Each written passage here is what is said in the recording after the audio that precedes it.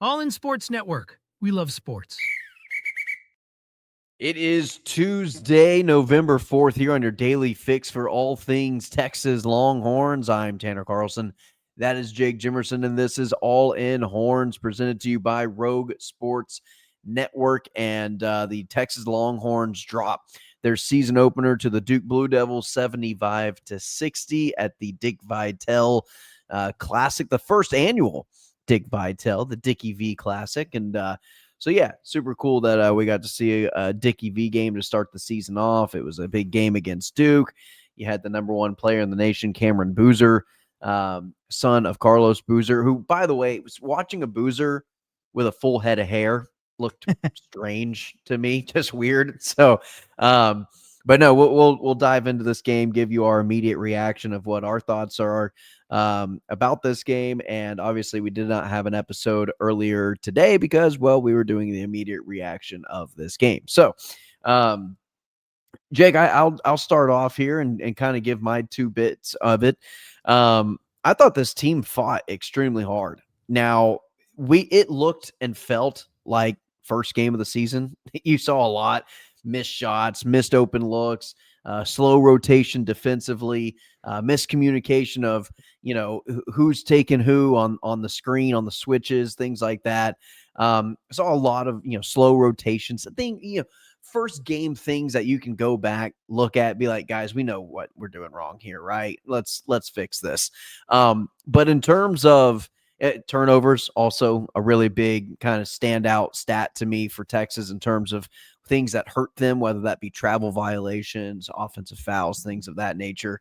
But yeah, it was a good performance offensively. A lot of what I wanted to see in this game, I saw with Sean Miller's new scheme, ball movement, off ball movement without the ball, offensively, getting open looks, getting into the lane, finding passing lanes, creating passing lanes with off ball screens, things of that nature. That pass from Wilcher at the end, I think late into the second half, where we got the and one and fouled out, can't remember what his name is, but fouled out the Duke player. That entry pass down low to the paint was one of the more beautiful set plays of the night. And I was like, if that's just a sign of things to come, we're in for a pretty exciting basketball season. It might be interesting whether or not this team can win a lot, lose a lot. I have no idea what the SEC is going to be this year, especially after the first couple of games of this season. We saw Florida go down. We saw Auburn struggle a little bit. So, do we really know what the SEC is going to be going into this year? I think it's kind of open. But yeah, I'm not mad at a 15-point loss to number 6 on a neutral site to the Duke Blue Devils on opening night with a new head coach, new coaching staff, new roster. I'm not mad about this. And a team that is probably better than number 6 in the nation on paper. A team that, just going to have more continuity with their system and everything in place with their coach. And this game felt closer than 15 for the vast. I mean, it was closer. Texas had a lead at halftime. They continued to fight back. Duke would get leads. Texas would fight back and make it close. It did feel like if you're a Duke fan watching this and you get an 8-9 point lead, it had to be annoying to watch Texas crawl back and get it down to 4-3 every single time they got it up to about a 9 point lead. Yeah. But there's a lot of first game stuff. It's why when I saw it on the schedule, I was like, man, I really wish this was like at least the third or fourth game, just so you could get a couple games to kind of work out the kinks. We said the same thing about Ohio State during the football season. Well, yeah, and that not because of a new coach, that just because of a very, very young team.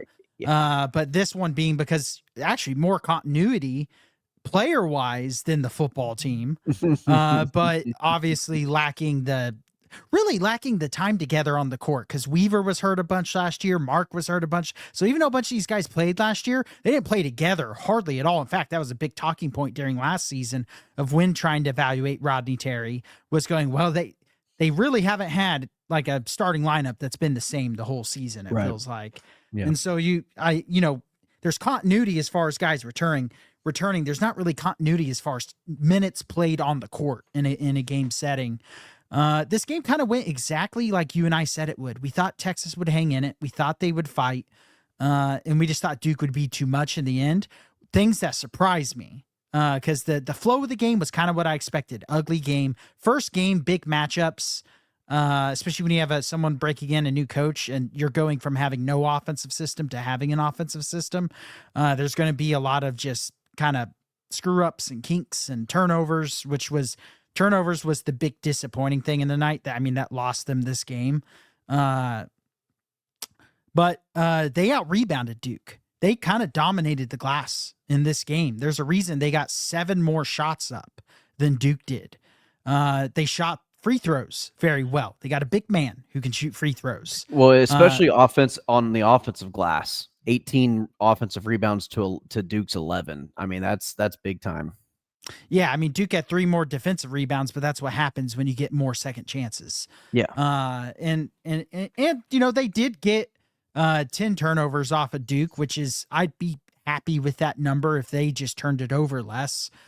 I'd like to see the fast break points a little bit more. They only had 6 in this game. Those are going to get higher as the season goes on with Sean Miller. Also, you're playing Duke. They're going to be good at not allowing that. I think there's a lot to build off of this game. And actually, I talk a lot of crap on our fan base sometimes. I didn't really see anyone melting down at Sean Miller or the team. I saw mostly positive stuff. Saw complaining about the officials. Hey, I'm right there with you. But also, you're playing Duke. It's just part of playing Duke. I've never watched a Duke game in my entire life where the officials aren't on their knees for them. It's a way of life when you play Duke. I'll never forget the tournament game Texas had against them. I'll never forget, I think it was Baylor when they were an underdog against Duke. And it was just like Baylor got called for 45 fouls and Duke got like 3. It's just part of playing against Duke. You're going to get. Well, was it the Final Four last year, Houston and Duke? Was that the Final Four game? The game Duke choked. Yeah.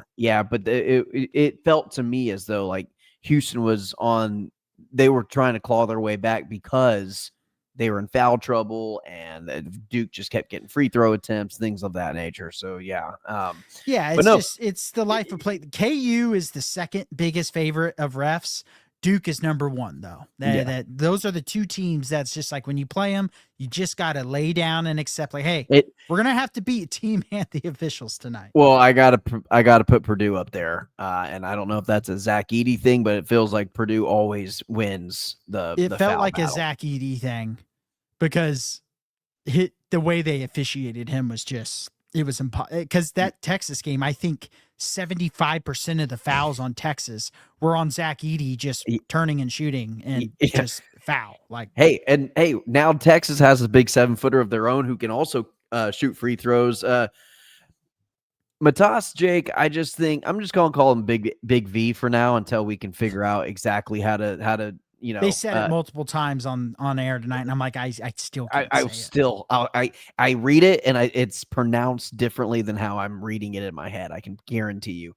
But 9 of 10 for the free throw line, 90%. Jake missed 6 free throws as an entire team after going to the line 23 times. That's not bad at all. Duke also went to the free throw line 30 times, so 7 more trips or 7 more shots from the free throw line than Texas did, and not a lot of intentional fouls. I don't think I remember a big stretch of intentional fouls there at the end of the game. But, I'm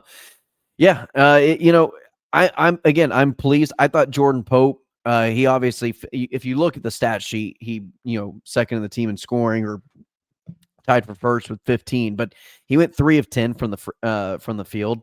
That's just not good enough. He was. Those 3 shots that he made were from beyond the arc. He was 3 or 4 from the 3-point line, but 3 of 10 from the field. And I thought layups were a real big issue for Texas today. Got a lot of open looks, a lot of good opportunities to get to the rim, high percentage looks. They just weren't falling tonight. And so if Texas can get the free throw or get the layups to go in and convert a couple more, get to the line. I thought the aggressiveness of attacking the paint, attacking the boards, this looked like a much more physical Texas team than we've seen in previous years, especially under Rodney Terry. And so between the scheme of the offense and getting guys open, getting guys looks in the lane to drive the lane and attack the paint, and then your teammates crashing the boards, it sets up for success. And I liked what I saw tonight. I really did. Saw a lot more positives in terms of what the scheme and what the game plan was. And then now it's just a matter of the court. Yeah, there's a blueprint there for this team to have success this year. Without a doubt. Can you hear me right now? You're frozen for me.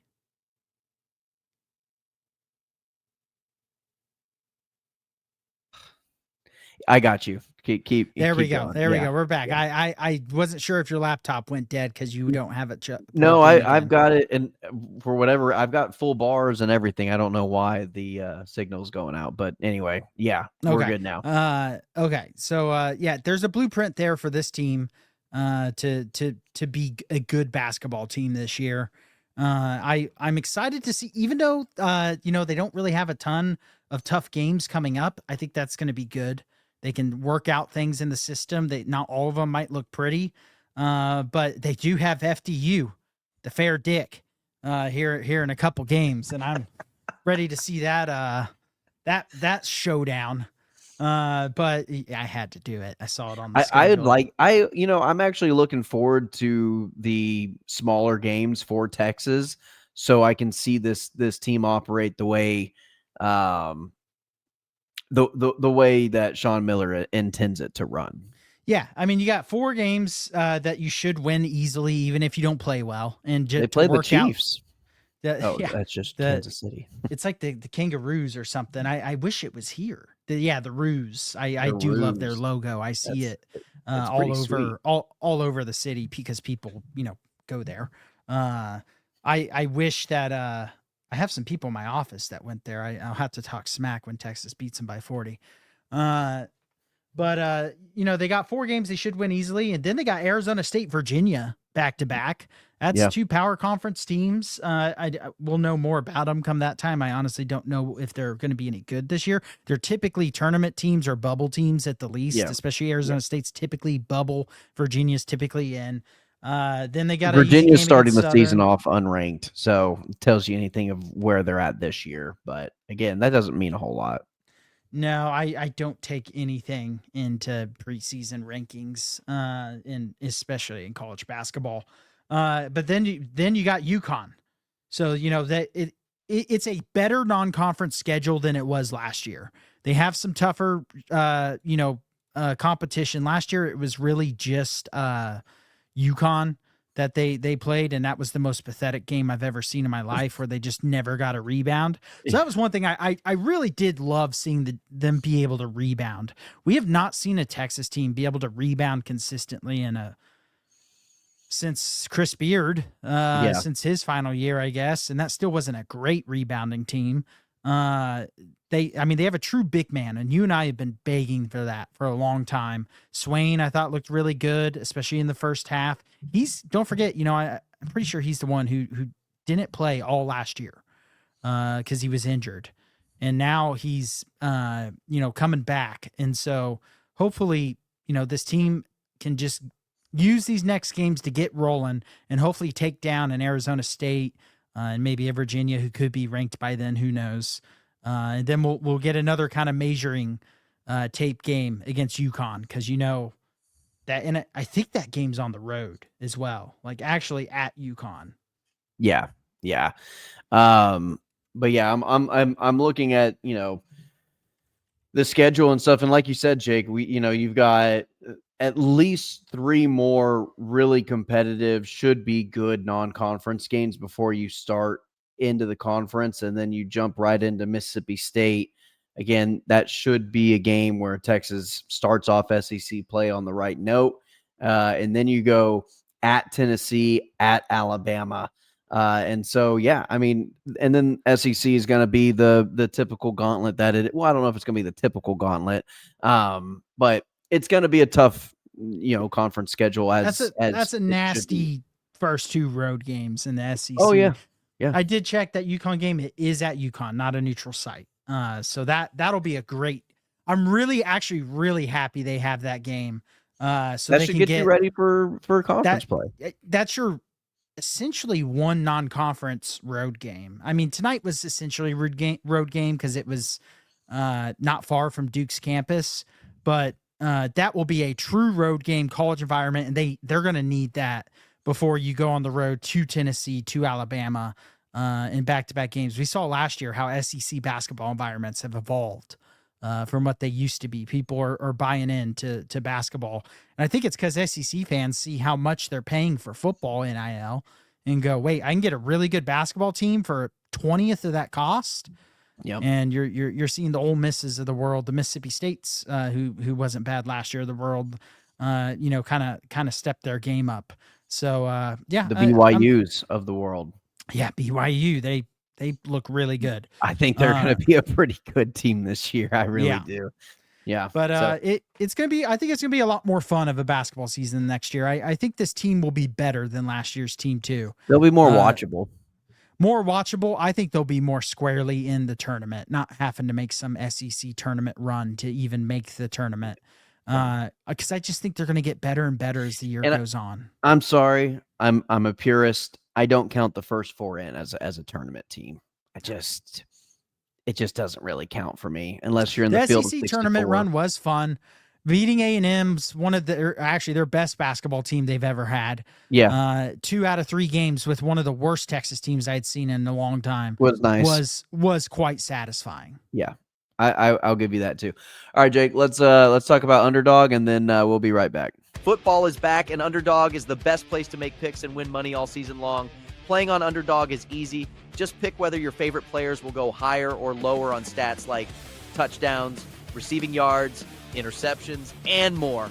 Get your picks right, and you could win up to 5,000 times your cash. You can play with as little as $1. Download the app today and sign up with promo code HORNS to score $50 in bonus funds when you play your first $5. That's promo code HORNS. Millions of fans have already won billions making picks on Underdog. Will you be next? Underdog, make picks, win money. Must be 18 and up. 19 and up in Alabama, Nebraska, 19 and up, and in Colorado for some games. 21 and up in Arizona, Massachusetts, and Virginia, and must be present in a state where Underdog Fantasy operates. Terms apply. Offer not valid in Maryland, Michigan, Ohio, and Pennsylvania. Concerned with your play? Call 1-800-GAMBLER or visit www.ncpgambling.org.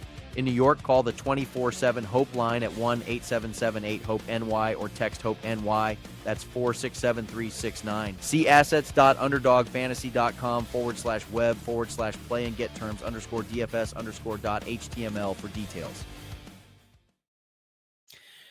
Jake, I went 9-5, both college and NFL over the weekend. Not a bad week for me. The big one that I did not hit on, though, was the higher line for the Dallas Cowboy Arizona Cardinals game. And I put the most amount of money, almost everything that I had won into that game. I cashed out at halftime, so I didn't lose everything. I got about half of it back, but I could kind of just see how that game was going. But I think I think I went 5-1 in college over the last weekend. So hopefully I'm riding those same good waves. Haven't looked at any lines. I'll be honest with you. That Cowboy game made me so distraught. I was like, I can't even look at a line yet. And so we won't have the all-in horns entry ready for you probably until later this week. No, we got to look in them. Also, I was just saying, shot an early text my way after not saying anything the last few weeks where I was the only one who caused this. You shot some heat my way. Yeah. After Tony didn't score, he scored a touchdown, but not a rushing or receiving touchdown. Neither of yours hit.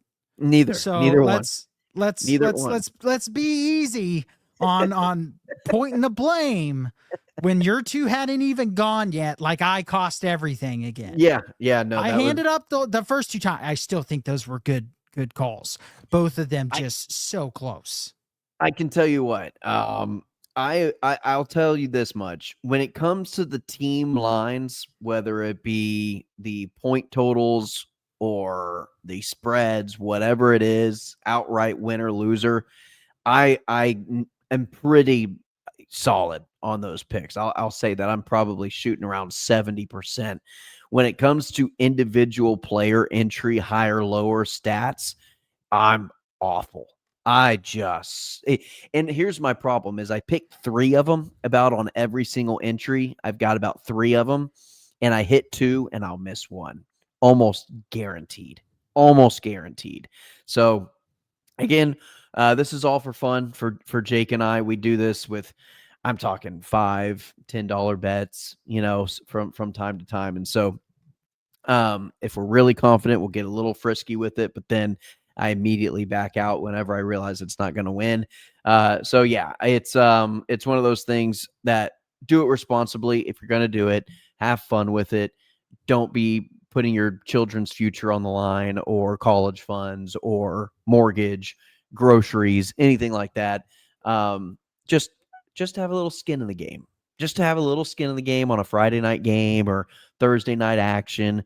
Yeah, that's nothing wrong with having a little bit of fun there. So, but yeah, that's our friends at Underdog. Jake, let's go ahead, wrap up the show, talk a little bit more about what we expect maybe going forward with this team.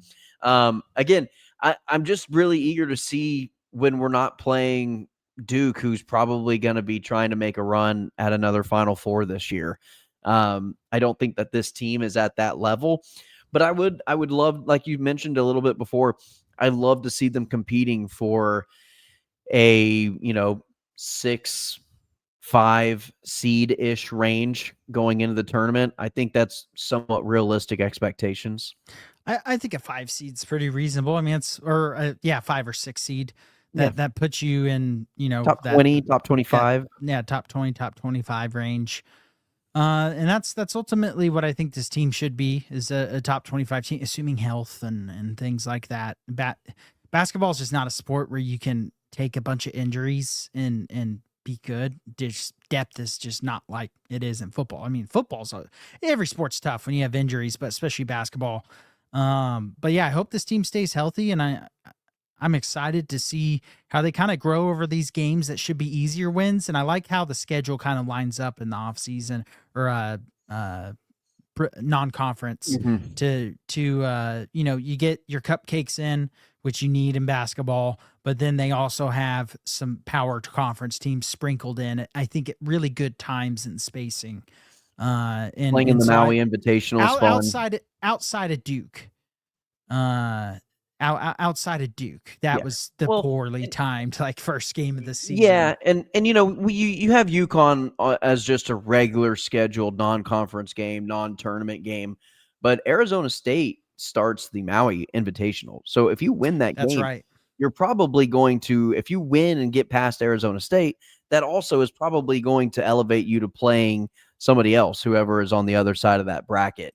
That's probably going to be another pretty viable team. So, these preseason tournaments also offer more opportunities to play larger programs as well. Are you trying to see who's in that Maui Invitational? Actually, not crazy names, but some good ones. Seton Hall's in it. Boise State, who's actually been a tournament team as of late.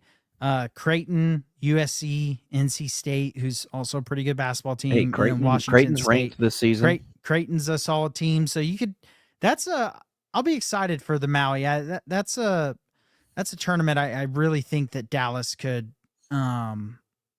Not Dallas. It's late.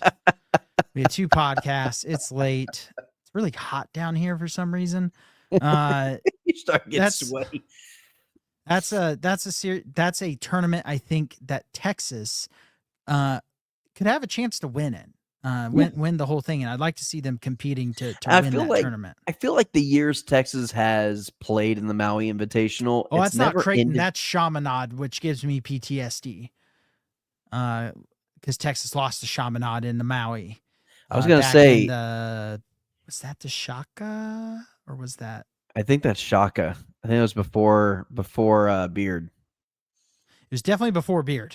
Yeah. So it's whether it's before Shaka or not. I don't think it was Rick Barnes. I feel like that was Shaka, but yeah, shocking. Shocking. But I was just about to say, to my point, it feels like Texas never really does well at the Maui Invitational. For whatever reason, I don't think Texas has ever even won it. So yeah, I'll be interested to see how that tournament plays out. Texas could play a couple of solid teams through that run. The Maui Invitational used to just be all stacked teams. Texas did win it in 2020. They beat North Carolina in the championship game. 69, I do remember 67. that. I remember that. I do remember that. Yeah, 2020. That's a blur. That's a tough. Yeah, that's I know tough. it wasn't that. I think that was before the. I think it was before. It was the COVID season, but COVID didn't happen until March Madness. Well, really. Until March Madness happened, right? So if it happened in 2020, was it the season after, like October of 2020, where they were trying to get things back on track? I don't know. I don't know. Yeah. They won in Maui. Either way, yeah, it was a very blurry time for a lot of people. Just don't remember a lot of things going on. So, all right, Jake, let's go ahead and wrap up this show. I'm excited. Excited. That's my adjective that I'm going to use. I'm excited for basketball season. Ready to see what Texas can do. I'm optimistic, cautiously optimistic. I have regular standard optimism for this Texas team in terms of being a tournament team, not being a first four team in, should have a better SEC season. I don't think that the SEC is going to be as just gauntlet stacked as it was last year. I think it'd be hard to live up to those same expectations. I'm not saying that there's not going to be really good teams. There's going to be really good teams. Alabama, Kentucky, Tennessee, all going to be good teams. Florida, but already lost. But yeah, I just think that Texas has a viable shot to make a little bit of noise and maybe be a little bit of a dark horse in the SEC this year, and I'm excited for it. Yeah, no, I agree with everything you said. I'm optimistic about this season. I actually feel a little bit better about this team coming out of the game, even though it's a 15-point loss. You can call it cope or whatever, but there's things that you can see on the court, whether it be the rebounding, whether it be actually having an offensive system that just needs to work the kinks out. Really, the defense was pretty solid, just outside of some miscommunications here and there. Yeah, I think this team has Duke missed shots.